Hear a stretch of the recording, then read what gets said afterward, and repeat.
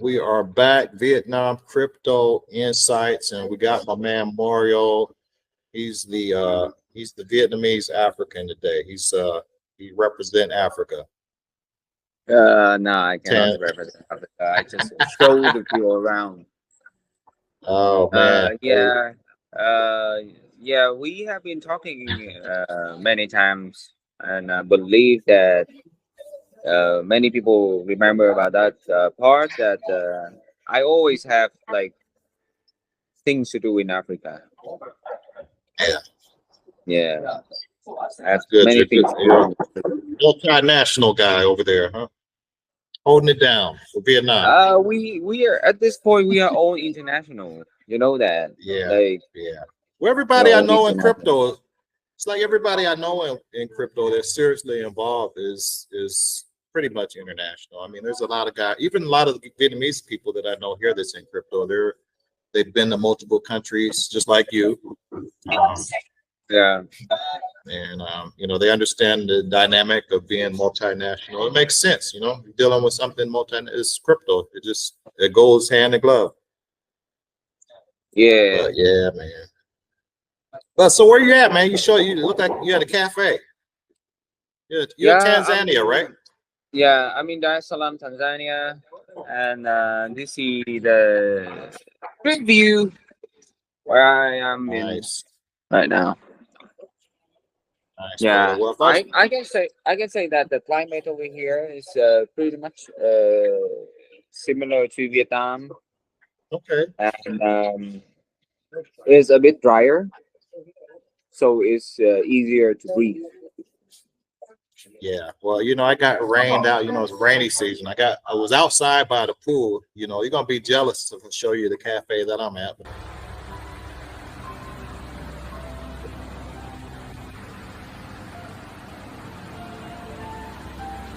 I was outside by the pool, and I actually had to move everything indoors. But yeah, I'm gonna show you just a little bit. I don't know if I can show you too much. There's people in here be taking pictures and stuff. But yeah, look at this. Like, I feel like I'm in a palace or something, dude. But yeah, this is kind of like the style where I'm at. It's kind of a nice cafe, Taldan, of course, and you know, chill, not too expensive, still cheaper than Starbucks. Well, you need to and be better. You need to be very thankful. I am, dude. In Vietnam, everything is cheap, it's affordable, and there's a lot of different prices, different price range. So you know, you can have a $50 coffee or maybe 5,000 Vietnam dong coffee, and you can have like high coffee, $10 coffee. So yeah, it's pretty much familiar to all of us. When you have money, you drink like $10 coffee or more. If when you I don't know where you getting you're low, you can $10 coffee. Where's that at? What? You said $10 coffee. Where are you getting that at? I believe it's in some high-end hotel, like 5-star. Oh, with the gold flake on top of the cappuccino type shit. I'm not. I would never do that. I'm sorry. I'm a crypto guy that's an investor, and I try to be smart about my money, man. You know, there was it was an interesting article I seen pop up several months ago, and it was like some guy had like heard, there was a journalist overheard Warren Buffett and his wife, and they were at some event, and you know, Buffett's a multi-billionaire, of course, worldwide known, but his wife was complaining that the coffee was $4.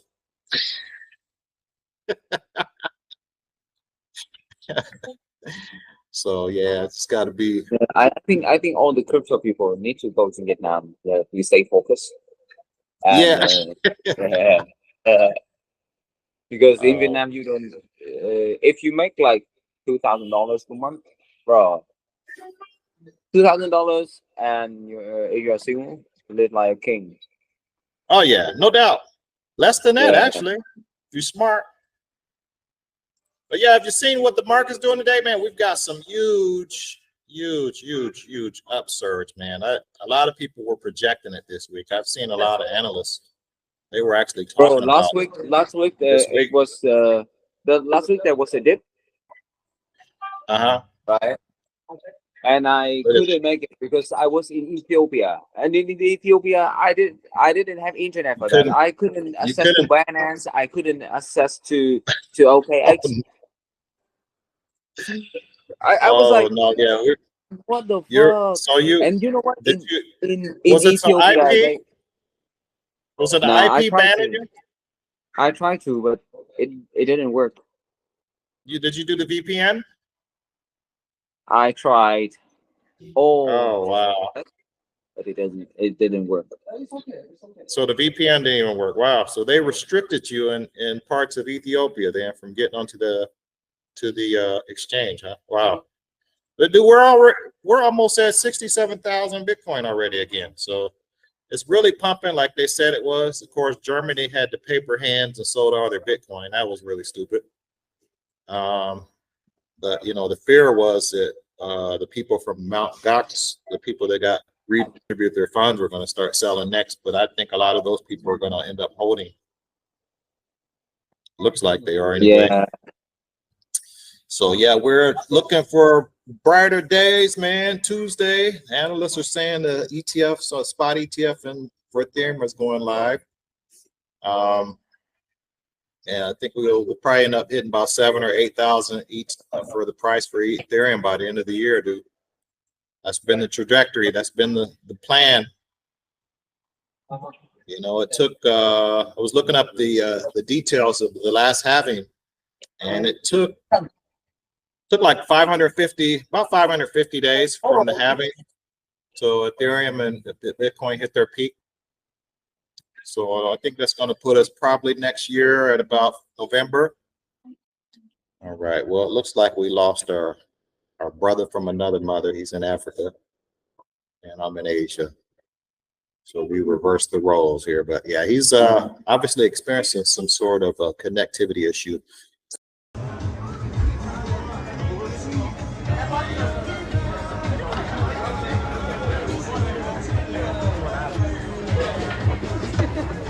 We're just going to go ahead and continue with the show because it's got some pressing issues. Of course, I want to send the condolences out to the Secretary General. Passed away earlier. Not too sure. I think it was actually last night, Vietnam time. So yeah, that was a pretty big, major event here. You know, he's actually been instrumental in cleaning up a lot of the corruption in Vietnam and preparation for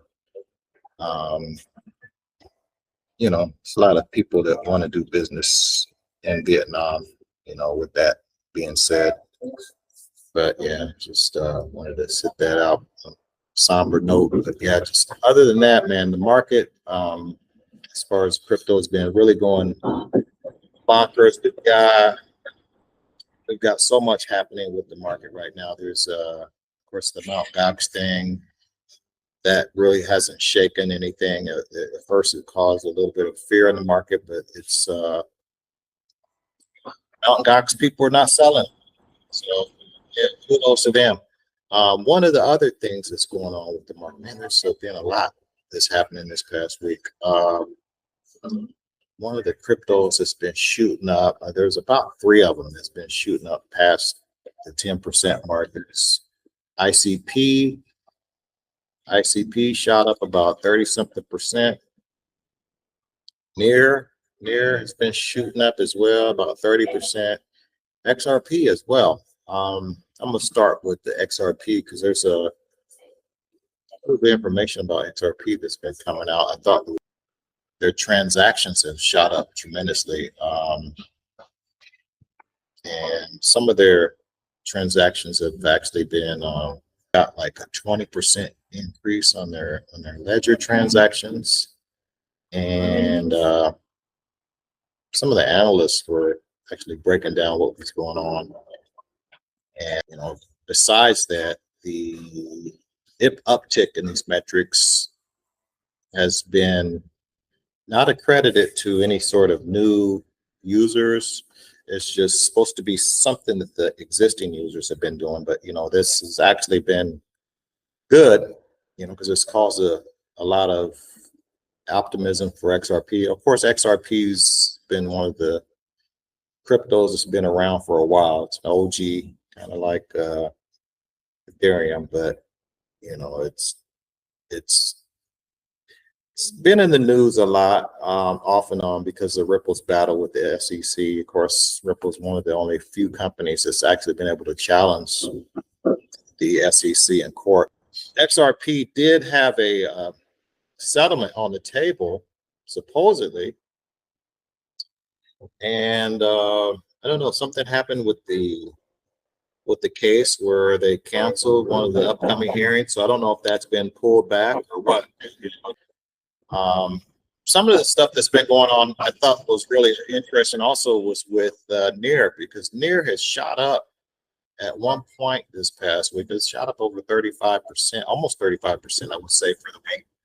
The thing that has been kind of odd with NEAR is, and I've had some insiders tell me, their thoughts on NEAR. They've got some pretty popular dApps. They've got one of those moving apps. Of course, they had those on Ethereum as well. They've got some Web 2 stuff that's kind of interrelated as well. Yeah, NEAR is up 22% for the week. Really pretty phenomenal. Change location and change the setting. Just trying to keep it moving here. But yeah, back to the subject at hand. We've got a lot of stuff going on, not only with NEAR, but pretty much all the altcoins. But NEAR was the subject at hand. NEAR has a couple of things. Of course, they have that sweat equity. I think there was a moving app, Hot NEAR. We've got a couple other things, but like I said, NEAR is not near as valuable as what the insiders I know say they are. So it's this little pump probably is going to be short-lived and probably not going to be sustainable, because they just don't have the staying power. There's no major meme coins pumping like on Ethereum or Solana. There's no major dApps other than the ones that are not generating a whole lot of traction. So, but one of the other things that's going to be pumping here pretty soon, which I'm actually really bullish about, and I've always been bullish about, is the simple fact is that Ethereum and their L2s are just they're well positioned to do whatever this cycle. We've got like right now we have Ethereum at about 35, 30, almost 3,600. But the nice thing is that Ethereum has the staying power of all the alts. As some of the analysts point out, the Ethereum is poised for a 50% surge this year against Bitcoin.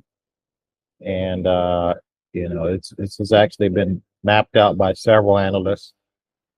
And and this actually resembles a 140% surge in 2021, this analyst says.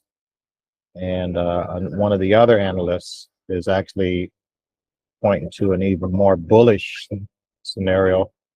Jewel, another analyst. I like his breakdown. Now he's actually went back a couple of different cycles and broke down what's happened in the past election cycles, 2012, 2016, 2020, and basically went back all these cycles, which is corresponding with this cycle. There's going to be a big pump in quarter 4 So, you know, right now the USDT dominance is bearish, and right now we're seeing a same patterns forming. In 2022, pumped 100%. BTC 2023 pumped 200%. So right now, this is where we get to the ETC BTC reversal. And as you can see, the last couple cycles we've seen 335 days between that cycle after the halving and the 2021 cycle, 2020 cycle, I should say, 365 days after the halving. So after that, we're primed for all-time new high. And you know, most analysts put this is just the reversal, but most of the analysts put the all-time high coming around the same time in November, December 2025. So keep your hats on. If you're an Ethereum fan like me, you know, keep your fingers crossed. But XRP is not doing too bad either. They couple of analysts. I mean, this is a little bit of hopium. You know, I'm slightly an XRP fan. That's one of my first points getting into the business. But yeah, this is a little hopium article. They were saying, you know, okay, well, the ledger transactions are going up 20%, and you know, they talking about how they were discussing that, you know, a lot of this is not only due to any new users or anything. It's just an uptick in the volume of the existing community. So could be bullish, could be not. Seems like there's always an article talking about, well, what if XRP does this, or what if the XRP does this? Let's see. I think we're probably primed for, you know, another 2 or 3x, just like we did last cycle. Actually, I know XRP did better than a 2 or 3x last time, but it capitulated faster than the rest of them. Unfortunately, I think a lot of that was due to the lawsuit that the SEC came after them for. All right, so yeah, XRP has also had some help, and I think there was help from some rumors. I don't know if these how much these rumors are true or whatnot, but there's been some rumors, and I think Gemini has actually helped fan the flame that the XRP might do a ETF as well, or there might be some financial institutions that'll do ETF with them. So we'll see. I mean, there's been speculation that there's going to be a flood of ETFs, spot ETFs, coming out after the Bitcoin one did so well, and it was actually one of the best, was the fastest growing ETF for BlackRock, which is pretty amazing. But yeah, Gemini, I guess, is the one that was fueling those flames. I don't know if this is going to happen, but you know, it definitely, if it happens, it will definitely cause a massive rise in XRP as well. So the XRP army, there's a little hopium for you guys. One of the companies that was actually here for GM Vietnam a few weeks back, Nansen, they actually announced they're partnering with Aptos. Now, Aptos is one of the up and coming chains. Of course, they one of 2 chains that broke off from the failed Libre project that was, you know, started by Facebook. Of course, Aptos is, some of the founders went there. Some other founders went to form Miston Labs, which also, they have they have their own blockchain as well. But Nansen is partnering with Aptos, and they're actually doing a something to help them ease onboarding. And that's actually been pretty big because Coinbase has started their easy onboarding with their smart wallet a few months back. And of course, MetaMask, they started with their easy onboarding.